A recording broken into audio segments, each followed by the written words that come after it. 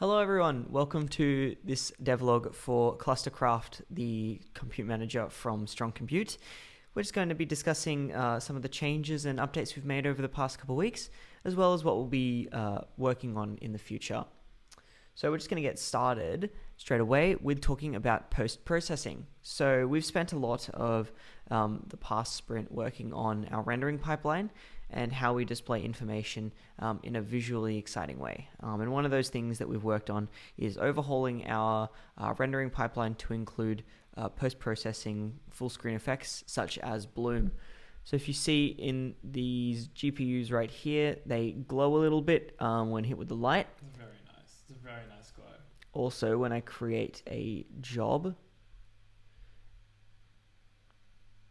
and I'll just speed up time a little bit so it clones faster. Yeah, look at that. That glows as well. It all glows. Everything looks very fancy and bright. We can see that GPUs will now glow the hotter they are. So this will give a good indication to the end user whether or not they're utilizing the GPU well, and also whether or not the GPU is heating up a bit more than it should and whether it should be looked at. Other things that we've changed include some UI updates to the game. So if I really quickly hop over to the game mode, we have ironed out a whole bunch of bugs when it comes to the tab menu. So we can move it around, we can close it, if I click it, close it properly and then reopen it properly and work on that all well. We've also added just some colors and some tweaks to some of the existing screens, including the game ending screen, whether it's a win or a loss. So that will be shown off if you win or lose.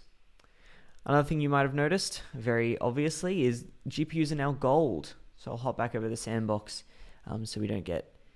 Yeah, so GPUs in real life are gold, and they use gold plating and gold just in the internals, and so we didn't want to use green anymore, just in case we ever go from using just NVIDIA or just supporting NVIDIA GPUs to supporting a wide range of suppliers.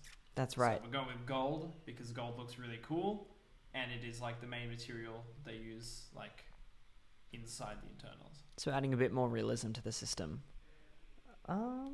Yeah.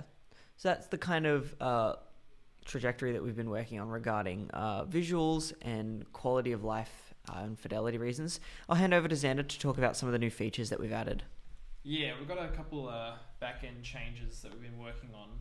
A lot of this stuff takes a lot of rewiring in the back to get working, but the main thing I get to show off is that in-game mode, certain jobs that you have, let's just get these containers on so that our team doesn't get too angry.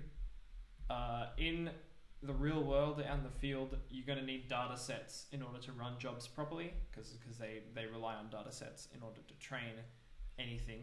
So when you drop them in, they now have data sets attributed to them. So this one's got a data set called alpha dataset, and that takes a certain amount of space on the cluster, caches automatically. So if we chuck a look at, there's a window up here for data sets, we can see all the different, like a list of data sets. We've only really got one at the moment, and its size is 64 gigabytes.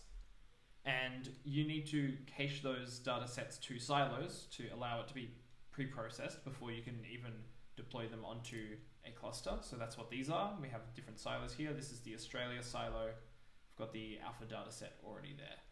Now that we've done that, if there's another job that uses the alpha data set, we're not going to have to wait for that data set to clone again. It's already on the cluster, and so it can just get started straight away. You can see this one uses the same one. So what we're working on this week in terms of this feature is having different data sets come in throughout the progress of the game, and having different jobs use different data sets. And we also want to make containers, these that you're dropping on, these ones also relying on certain data sets, so that it makes sense that a user who has a container on a cluster is going to be able to deploy a job faster if that data set is already cached. Basically, if the container's on here, you'll be able to pre-cache the data set before you deploy jobs and not have to wait a long time. So yeah, that's this bit. I've got another feature I'm going to show you in just a second. So what you're looking at now, these sort of red nodes you can see, is a feature we've been working on called node grouping. So once you get a large, massive number of nodes, it's going to get really tough to see them all on the screen at the same time. And it's also going to tank the performance of the application having to store data about all of them at once.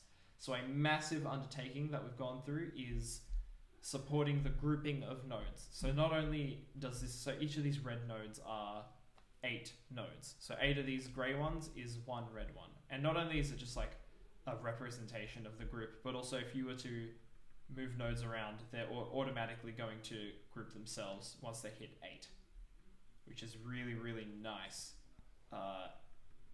Just from a usability standpoint, you're not going to have a massive screen full of these nodes that just going to overwhelm you. And it also saves a lot on the memory of the application because we're actually storing we're aggregating all the information about all 8 nodes into the one. And so if there ends up being a problem with just one, the group will split open to show you which one has broken.